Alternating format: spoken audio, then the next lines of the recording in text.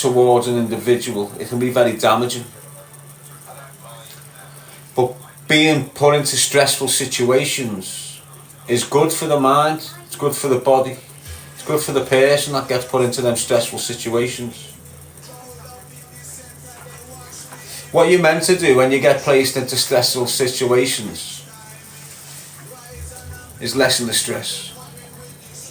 What a lot of us are doing, we get put into stressful situations, and because we don't know how to handle the stressful situation, we make it worse and more long term. So for me, a stressful situation could be arguing with someone, my bird, and I just can't stand that stressful type of situation. So it'll be in my own interest, as soon as we enter that stressful situation, to lessen it and end it as soon as possible. Let's not prolong this. Let's not drag it down for years or months down the line. Depending on the situation, depending on who's involved in the situation, depends on how this goes, basically. I'll just use an example with your bird. But if I'm with a group of the boys and there's another group of the boys and we get placed into a stressful situation with this group, we've got the same options here. We can either lessen the level of stress and end this conflict before it goes to extreme places, or we can prolong it and fill everyone's life up. But no one thinks like that, do they? Fight or flight model.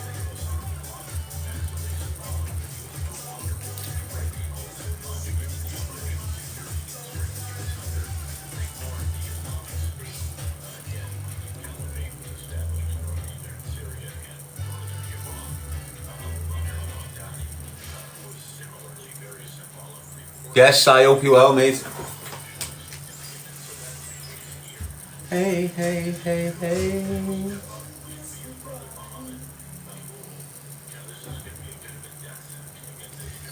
Yeah, so everyone's got their own little struggle. Some hide it, some don't. Some will speak about it and some won't. When you do speak about it, you feel it takes a lot to speak about it, and then people on you and use it against you, so it can create a bit more damage for you, but you'll still feel better for getting it out, and you'll expose people in your process. You know, if you confide in people about your... I've done it publicly. That's how I've dealt with my mental health. Not all of it. You know, I get me dark moments in them dark corners when no one's around me, banned off TikTok. So you end up in little mad places and that, but everyone's dealing with their own little madness, and his little madness and your big madness to him feels exactly the same. There's no difference. It's all about the experience you've had. It's all it is at the end of the day. So the point I'm making is this: if my man there has never had experiences where he's going to be shook to fuck, he's going to be lonely, he's going to be deprived of food, deprived of money to buy food. He's never been there. All of a sudden, he's there. He's going to crumble. Well, he won't crumble, but he'll end up off that process. Whereas the other kid on that side, that's been doing that since care. You know, he's been doing that lonely stuff. He's been doing that no money, no food, all that since he was a kid. So now he's 30. He has that same problem, but it's mild compared to my man's problem, which is exactly the same. It's just that he's never had it. So he's dealing with it like amplified, and my man is exactly the same. It's just a mild occurrence soon.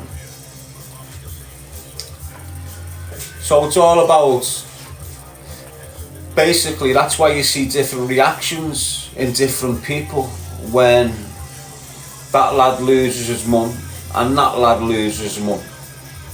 This lad's probably dealt with loss of life in his life before, like his nan, his sister, his auntie or something, and this one hasn't. So when this one loses his mum, he'll drop a tear, handle it. This one will scream like they've hit the floor and go Wah! And suffer for the rest of his life off it. You understand? It's all about experience.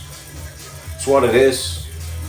Everything in your life is to do with experimenting, and don't mean taking drugs. You know, have a go of it, fail it. Have a go of that one, fail it. Do you understand? Have a go of this one, don't fail it. You know that's the right door for you. It's like an advent calendar, innit? Like you're picking things. It's like you're taking every opportunity as it comes, as long as it's not bad for you.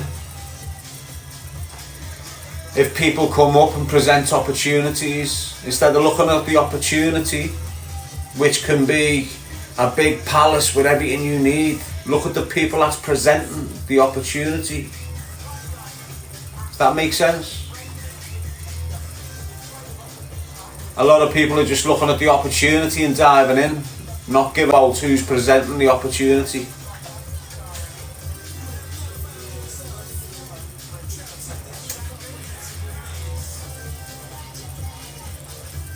Because people who create opportunities, they're opportunists. Not all of them, some of them. So people will come in as if they're creating opportunities for you, but they're taking that opportunity to hold you back or hold you down while other people get elevated. It's mad that to get round, isn't it? But it happens, lad. It's the way it is. That's the dynamics. That's the psychology around it. It's like in the boxing world. I think what you've just witnessed in the boxing world, like I've been screaming for a year or two. I've been telling you for years or two. We get told for some mad reason, and we all take it, that these are the best 10 fighters in the heavyweight division in the world. These are the best 10 fighters in the flyweight division in the world. That's what we've always been told, and we've had to believe that. But I've been screaming at you that they're not the best 10 boxers in the world. They don't give a shit what you say, whether it's Mayweather, whether it's Canelo. There's people out there that are better than these. And what you've just witnessed basically in the last 6 months is, if you look at all these big top boxing events in Riyadh,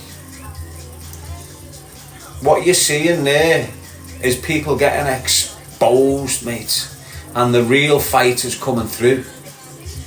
Normally you don't see it. Why? Because it's a tight community. People are hand-picked to get in here, and then they're developed into them top 10 fighters, and they're always on the telly, always in the boxing theatres, or da-da-da-da-da-da.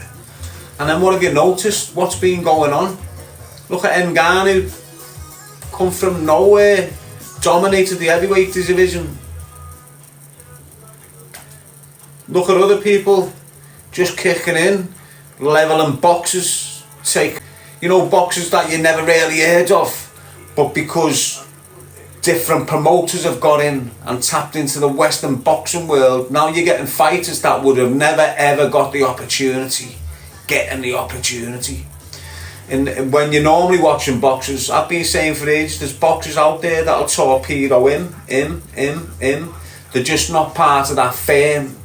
They're just not a part of that boys club. They're just not under this agency or that promoter, so they're just not getting in, even though they can fight better, got skill set better, fitter, stronger. They just not licked bum, so they're not in there. Now with this Riyadh season and these Arabs kicking in, they've got their ear on the ground about boxing at all levels by the looks of it, because they're just picking people out, like that Yardley kid. Yeah, he was known, but he would never have got put on that stage like that. would he, by Frank Warren or anyone else.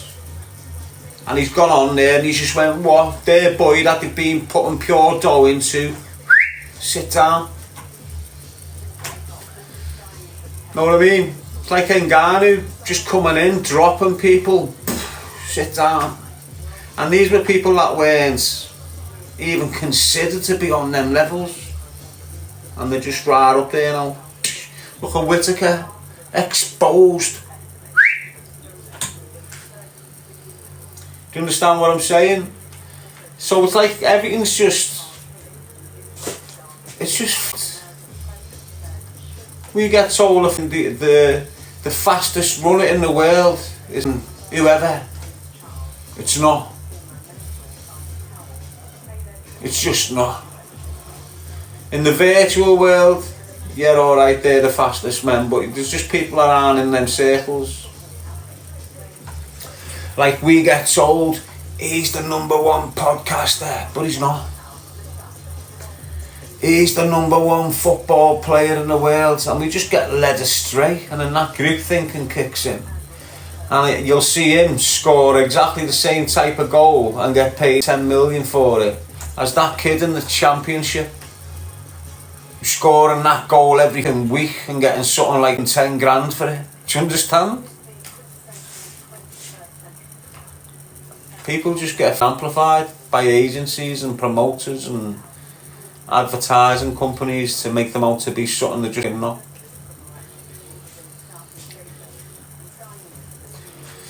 It's funny enough to say, how are you, Mr. Mersey? Hope you're well, mate. Just discussing anything. Nice, quiet, live. A few questions coming in. I'm jumping on it. I'll stay on the topic for a bit. And then we'll move along.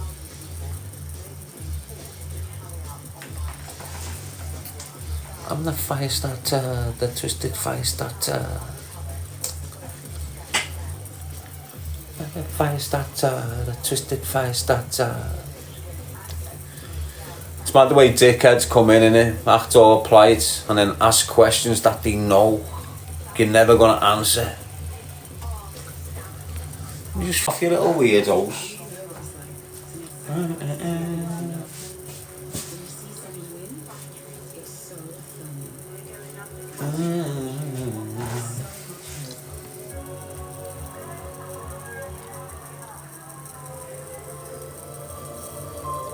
Yes, GB bullies.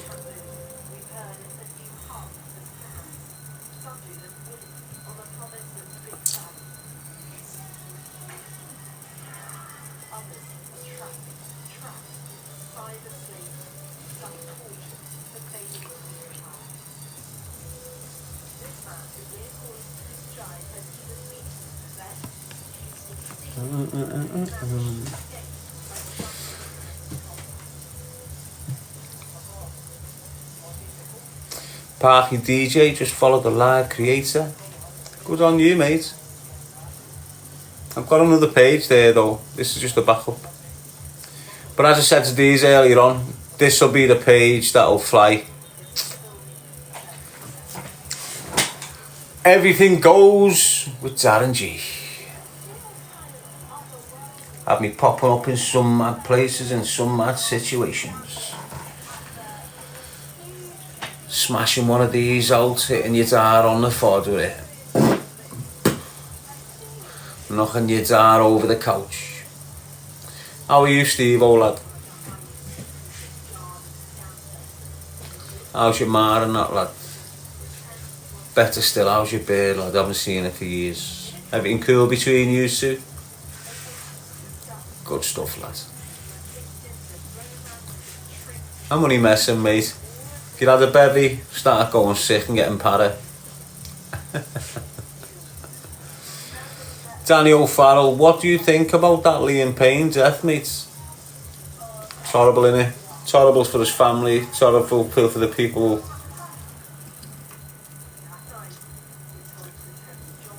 It's horrible for the people that liked him, it's horrible for the people that loved him, his family, his girlfriend, his young child. It is what it is. If it is what it is, it looks like it's going to have been intended instead of an accident. If it weren't deliberate, it was an accident, basically. I can't see there was any deliberate there. It is what it is. It's a tragic accident, which was undeliberate because the person was out of his mind on drugs. Do you understand what I'm saying to you in that sense?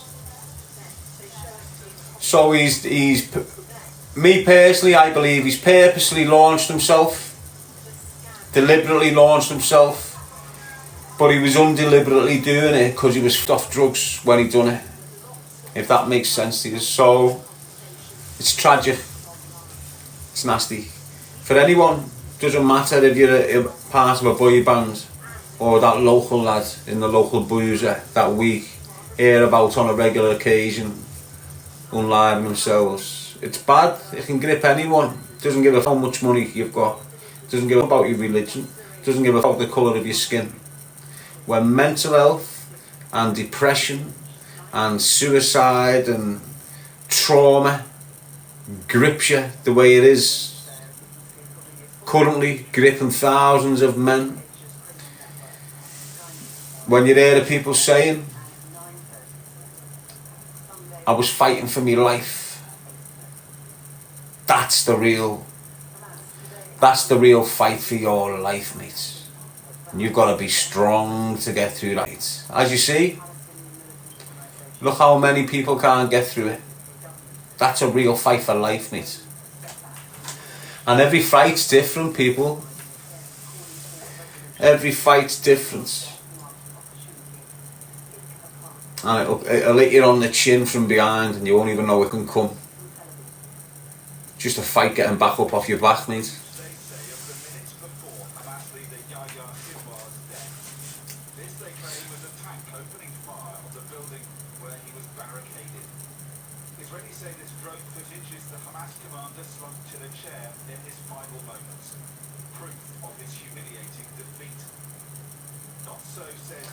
It's mad the way they can hang these kids out to dry, like Saddam and Gaddafi and all that.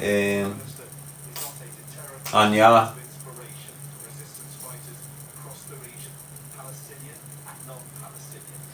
Lulu, how are you, mate? He was only 31 as well.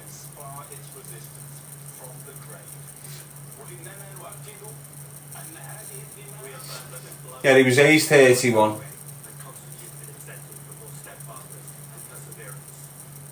But he was 50 in the head, wasn't he? I think that's what happens with kids like that. You're seeing the kids now in your own house, there's kids that are maturing too fast, taking on huge responsibilities, missing out on an awful lot of the process of growing up, learning, failing, achieving, worrying, all that. They get all that taken from them, don't they? It's like when kids go to prison. It's the same, you put kids in prison. They mature dead fast, they miss the childhood. And then they come out and then they can't mix with their own generation. And when they're trying to mix with their own generation, they're coming across as bullies. Because they're more mature and more dominant in their conversations and the approach. It's like they're bullying, but they're not, they're just being raised in a more disciplined, mature environment where you can't act like a kid. Just like he will have done. You know, got whipped off by these bloodsuckers that want to make money on the back of these kids' pretty little looks and feminine little ways. Do you understand what I'm saying to you? Take them out of that childhood and put them into an adult industry. That's it. Kids got to start maturing instantly. And that's basically what he's done. And some of his mates. But obviously, he must have been a favourite.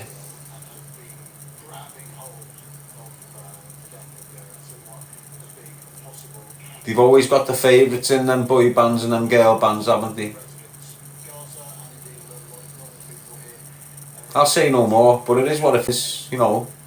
Louis Walsh, Peter Waterman. Don't let that get past you, mate, honest to God. Simon Cowell, Simon Cowell's little bird, what was her name, Sunita. That was the American input. Don't get you in a twist. What goes on over there goes on here, definitely. But it is, as I say, it's another young man unlived himself in the country, regardless of status, regardless of whatever. It's a young man who's felt when he's reached out, he weren't listened to, he weren't helped, or at the same time,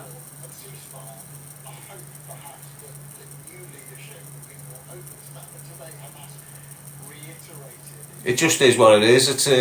To me, it's a open and shut case of abuse, trauma, drug addiction, suicide. That's what it is. Yes, Emma Reynolds. Obviously, it's not going to come out because, as you know, the music industry is very powerful. Amassage, very sad, mate. Loads of us been touched, haven't we, Amassage, by, you know, people unliving themselves. Some of us had people very close to us. I've woke up to cellmates swinging.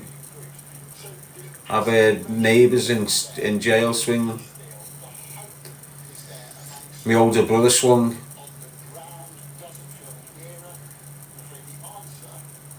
It is what it is, mate. It's always been there. Always been there.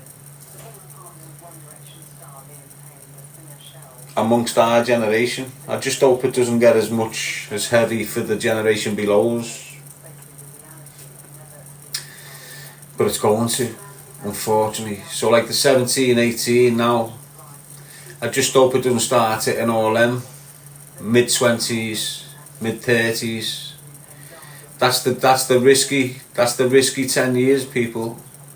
I'd say between 28 and 38 years old is risky, mate. For all men. Even you men that have lived a lie, or you've lived that confused state of mind most in life. You know, you've got a lot of young men that when they're young, 14, 13, 15, confused, end up becoming homosexual without really understanding what being heterosexual is. And for years they're going through that life, living it as if they want to live this life, and they don't really. And it's for young lads that get caught up into that mess like that, it's like they're going to suffer the same sort of trauma, if not more. Why? Because they're living a lie. And if you're living a so I'm trying to word this without offending anyone or crossing guidelines. But if you've got a straight girl, right, and then you've got a girl that's never tried the straightness, but tried the other way. Now both of them, it doesn't matter if this girl sleeps with a man and that girl sleeps with a girl, they're still going to have things entering them. They're still going to have things protruding their bodies. Now this girl that's straight, sleeping with the man, is getting a natural thing protruding their bodies. Do you understand? They're getting a replicator of the natural. I'm getting to my point. Now if this girl, the one who loves a man, got with that man, stayed with that man, and that man throttled this woman for years, every O's a goal shout, she'd go through life and wouldn't become in the head, traumatic, hateful, insecure, wounded from within. Do you understand what I'm saying? If she'd have went through life sleeping with different men, getting skull ragged, getting thrown all over the gaff, every hole's a goal off different men, that will end her life early due to the trauma, due to the constant images of dirty men doing mad stuff. You know what it's like, don't you? Imagine that girl that's using plastic.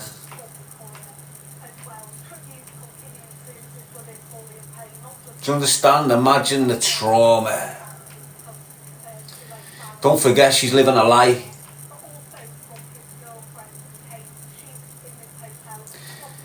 That one's accepting it. So if you got that lad there and you've got this lad here, this lad's straight gay, this lad's blagging it, he's living a lie, doesn't really understand, he got confused, ended up kissing his mate, and now he's just been on this crazy path. This kid's getting ruined, but he's into it, he's accepting it, he's going to be traumatized later on. But this kid that's confused and just doesn't understand what he's doing, when he starts getting used and abused like this kid has been, this lad has been, the trauma for him to live with it, to keep it hidden and go, I can't even, it's just horrendous, mate.